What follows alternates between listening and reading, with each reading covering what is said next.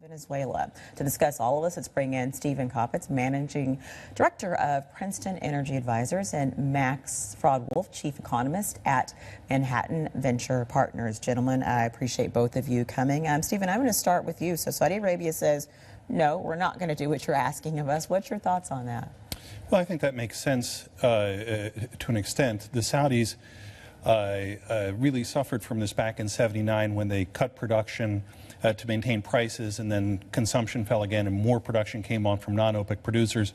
So there was a spiral downward from the Saudis in the early 1980s, which was unsuccessful. So the lesson for them was, no, let's just produce the right amount for us and then let everyone else adjust around them.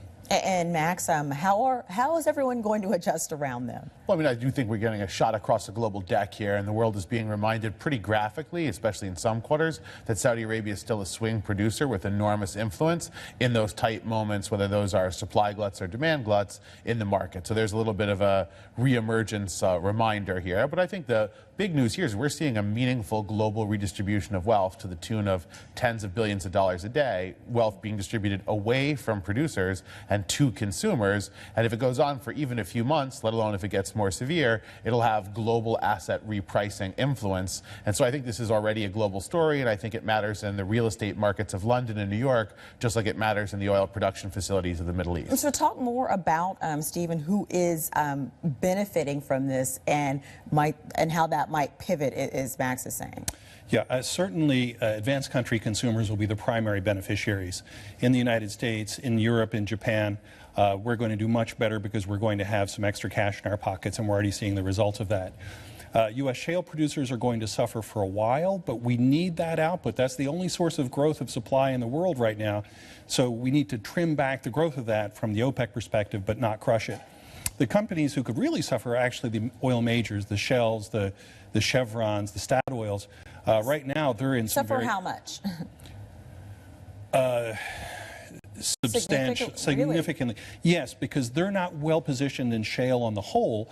They're positioned in things like the Arctic and deep water and expensive, capital-intensive oil. And that segment, if shale continues to produce well, you know, that segment is really going to suffer coming up here. Max, do you agree with that? Yeah, I mean, I do think that depends on how long, right? So we're asking a question here about duration. Sure. I think so far we know severity, and we have a better grip on severity than duration. So we know we're looking at almost 50% reprice peak to trough here from the top to the bottom, and that's going to have a really big short-term effect. On the long-term side, my guess is that some of the short-term volatility irons itself out, because part of what we're seeing buffeting oil prices has absolutely nothing to do with oil, has everything to do with politics and behind-the-scenes negotiating. As Courtney pointed out. Right, and so that stuff is much harder to handicap, and if you know what's driving the oil, it's probably only 40, 50, maybe 55% of the story. Okay, so what is the effect on non-oil producing countries, big ones like China?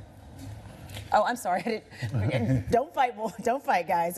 Stephen, you take it. Well, first, I disagree with that previous point a little bit. I mean, we have an oversupply situation heading into a very significant oversupply situation in the first half of next year. So these are fundamentals. There's a lot of extra oil looking for a home now. Now, Max is right in the sense that there's plenty of politics here as well with the Russians and with the Iranians. But obviously the oil importers are going to benefit. I think if we're looking for countries who will benefit the most, it will be the so-called pigs, Portugal, Ireland, Greece, and Spain. I expect those to have a good year. They are big oil importers in terms of percent, and they've been down. They're going to rebound big time this year, I think. Well, obviously someone who is not doing well because of all this is Russia. And as we mentioned, Russia not doing well, being affected by the falling gas prices. Rory Challens has more on that now from Moscow, and we'll pick this up on the other side.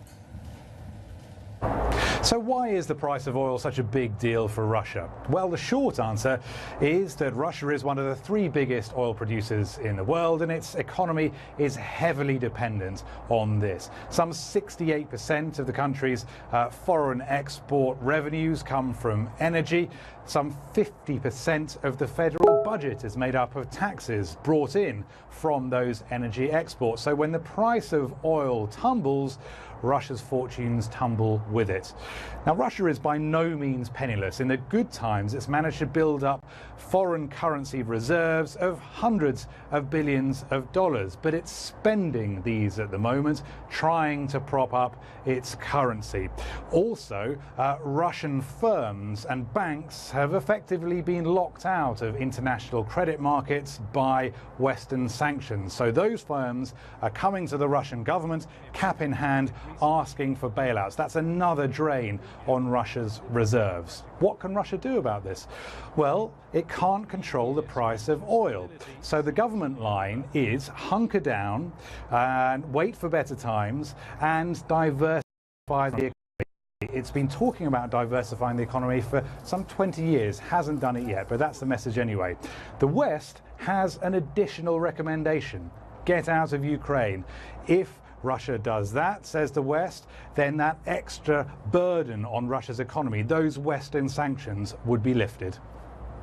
And of course, that might not happen. Max, so as Rory was saying, they're supposed to attempt to diversify the economy. That's something they have not done, and that's actually a solution for the long term. What can they do right now? Yeah, so you're absolutely right. Russia's dependent on a political standing that's evaporating, a little bit of a cult of personality leadership that's under some pressure, and oil prices that have done everything they didn't want them to do during a sanctions period. On the other hand, we would always do well to remember that the long term is affected by a cyclical group of short terms in the oil market. So the pressure down here and the glut we see now will cut off projects, reduce investment, and will eventually set up some kind of a slingshot here. The question for the Russians is, can they survive the short-term pain, escalating fast from political as well as geopolitical, as well as military, as well as financial situations? Can they sort of get to the long term through this short term? And it looks like the bottom hasn't been put in yet for Russia, and it looks like the pain will be with them for the long, hard winter ahead. Stephen, I see you nodding on that. You want to get in on that? Yeah, no, I think so. I think the Russians are going to be struggling right now. I don't see any kind of momentum on either side really to come to a resolution on Ukraine. So I think we're going to continue the status quo, which is going to be the sanctions and low oil prices for as long as they last. So that means at least another 6 months of serious punishment for the Russian economy. We talked a lot about low gas prices at the pump for the United States. How is this affecting the rest of Europe? Well, a little bit less than it is us, because because of our shale production and the strength of our economy, the dollar has revalued. The barrel is denominated in dollars. The euro has devalued a little bit. And the dollar's doing well right now. The dollar's doing very well. It'll continue to do well. And the euro is devalued a little bit, so oil's a little bit more expensive for them than it is for us. But they're getting a nice tailwind from lower oil prices as well. Max, how do you see this playing out? What is the bottom? How low will this go? So I don't think oil is necessarily going to settle a whole lot below where it is. I think, to me, again, the question is more duration than severity. I think much below mid-50 handle is unlikely. I think we're going to see 50 to 60, but that's pretty darn painful for people whose expectations were at 100 to 110.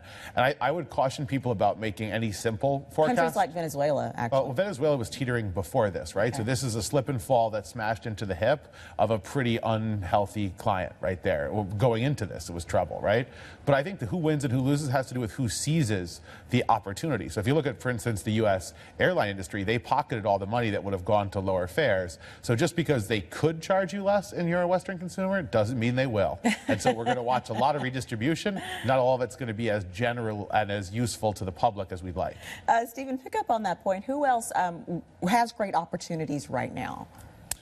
Well, gosh, you know, any advanced country, any oil importer has opportunities. But to return to the theme of the airlines, you know, what we're going to see now is a real rebound in both vehicle miles traveled, so transportation on the ground, and in the air.